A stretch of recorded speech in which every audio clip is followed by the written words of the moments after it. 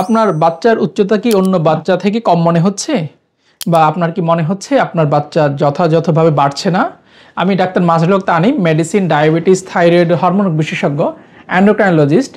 আজকে আমি কথা বলবো বাচ্চার উচ্চতার পিছনে হরমোনাল কারণ নিয়ে এবং কি কি কারণে আপনার বাচ্চার উচ্চতা কম হতে পারে। আপনার বাচ্চার উচ্চতা কেমন হবে সেটি অনেকটা নির্ভর করে জেনেটিক ফ্যাক্টরের উপর। যেমন বাচ্চার বাবার এবং মায়ের হাইট কেমন, দাদার হাইট কেমন, নানার হাইট কেমন সেটা, এবং সে কোন রিজিয়নে বা ইথনিক সোসাইটিতে বাস করছে সেটার উপর কিন্তু অনেকটা বাচ্চার হাইট নির্ভর করে। যেমন যখন কোনো মা বাবারা বাচ্চা নিয়ে আসে যে আমার বাচ্চা বড় হচ্ছে না বা আমার বাচ্চার উচ্চতা মনে হচ্ছে অন্য বাচ্চা থেকে কম হচ্ছে, তখন আমরা দেখি যে বাবার হাইট কত, মায়ের হাইট কত, হ্যাঁ, এবং সেই দুই হাইট যোগ করে আমরা একটা ক্যালকুলেশন করি যে আপনার বাচ্চার আইডিয়াল হাইটটা কত হওয়া উচিত, এবং সেই বয়স অনুযায়ী এবং তার আপনার ওজন অনুযায়ী আপনার বাচ্চার উচ্চতা ঠিক আছে কিনা। এছাড়াও আরও কিছু ফ্যাক্টর জড়িত আপনার বাচ্চার উচ্চতার সাথে, যেমন হচ্ছে বাচ্চার যদি গ্রোথ হরমোন ডেফিসিয়েন্সি থাকে বা গ্রোথ হরমোন ঘাটতি থাকে, তাহলে কিন্তু আপনার বাচ্চার উচ্চতা অন্য বাচ্চা থেকে কম হতে পারে। এই জন্য আমরা একটা গ্রোথ হরমোনের পরীক্ষা করে দেখি যে বাচ্চার গ্রোথ হরমোনের ঘাটতি আছে কিনা। যদি আসলে গ্রোথ হরমোনের ঘাটতি থাকে তাহলে কিন্তু গ্রোথ হরমোনের ইনজেকশন বা সাপ্লিমেন্ট দিয়ে বাচ্চার গ্রোথ বাড়ানো যেতে পারে। আপনারা জেনে থাকবেন যে মেসি ফুটবলার, তার কিন্তু গ্রোথ হরমোনের ঘাটতি ছিল এবং সে কিন্তু গ্রোথ হরমোনের ইনজেকশন নিয়েছে। তবে এই ইনজেকশনটা একটু কস্টলি, দাম একটু বেশি, এবং যাদের আসলেই গ্রোথ হরমোনের ঘাটতি আছে তাদেরকেই আমরা দিয়ে থাকি। যদি গ্রোথ হরমোনের ঘাটতি না থাকে তাহলে কিন্তু এই ইনজেকশন কাজ করবে না।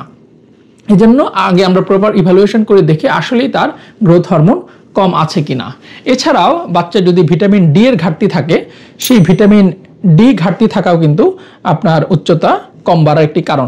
অনেক সময় দেখা যায় যে বাচ্চারা রোদে যাচ্ছে না বা খেলাধুলা করছে না বা খেলাধুলা করার মতো পর্যাপ্ত সময় পাচ্ছে না। বাচ্চার মারা এসে বলে আমার বাচ্চার তো স্কুল টাইম এতটা থেকে এতটা, রোদের আলো কখন পাবে?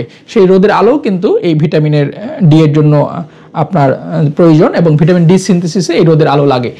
এছাড়াও ডিমের কুসুমে কিন্তু হচ্ছে আপনার ভিটামিন ডি থাকে। আপনি বাচ্চাকে যদি পর্যাপ্ত পরিমাণ ডিম খাওয়াতে পারেন কুসুম সহ প্রতিদিন 1টা থেকে 2টা, তাহলে কিন্তু সেই যে ভিটামিন ডি এর ঘাটতি এবং ভিটামিন ডি এর জন্য উচ্চতা কম হচ্ছে সেটি পূরণ হতে পারে। এছাড়াও আপনার বাচ্চার যদি থাইরয়েড হরমোনের সমস্যা থাকে, হাইপোথাইরয়েডিজম অথবা হাইপারথাইরয়েডিজম, এই থাইরয়েডের সমস্যার জন্য আপনার বাচ্চার উচ্চতা কম হতে পারে, এবং সেটি নির্ণয় করতে হলে অবশ্যই আপনাকে একজন এন্ডোক্রাইনোলজিস্ট বা হরমোন বিশেষজ্ঞের পরামর্শ নিতে হবে।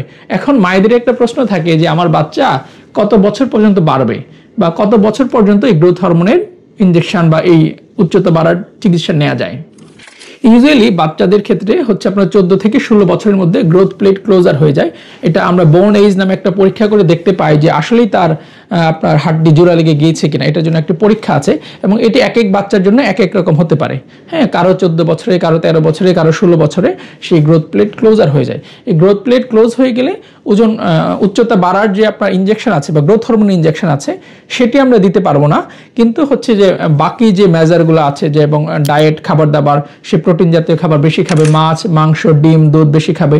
এছাড়া হচ্ছে ব্যায়াম করবে, এক্সারসাইজ করবে, 30 থেকে 40 মিনিট হচ্ছে আপনার জগিং করবে বা সাইকেল চালাবে অথবা দড়ি লাফ করবে। এগুলো করেও কিন্তু উচ্চতা কিছুটা বাড়ানো যেতে পারে।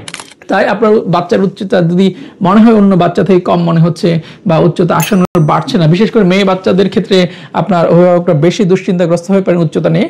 এরকম দুশ্চিন্তায় থাকলে আপনারা সময় থাকতে থাকতে একজন হরমোন বিশেষজ্ঞ বা এন্ডোক্রাইনোলজিস্টের পরামর্শ নিতে পারেন। ধন্যবাদ।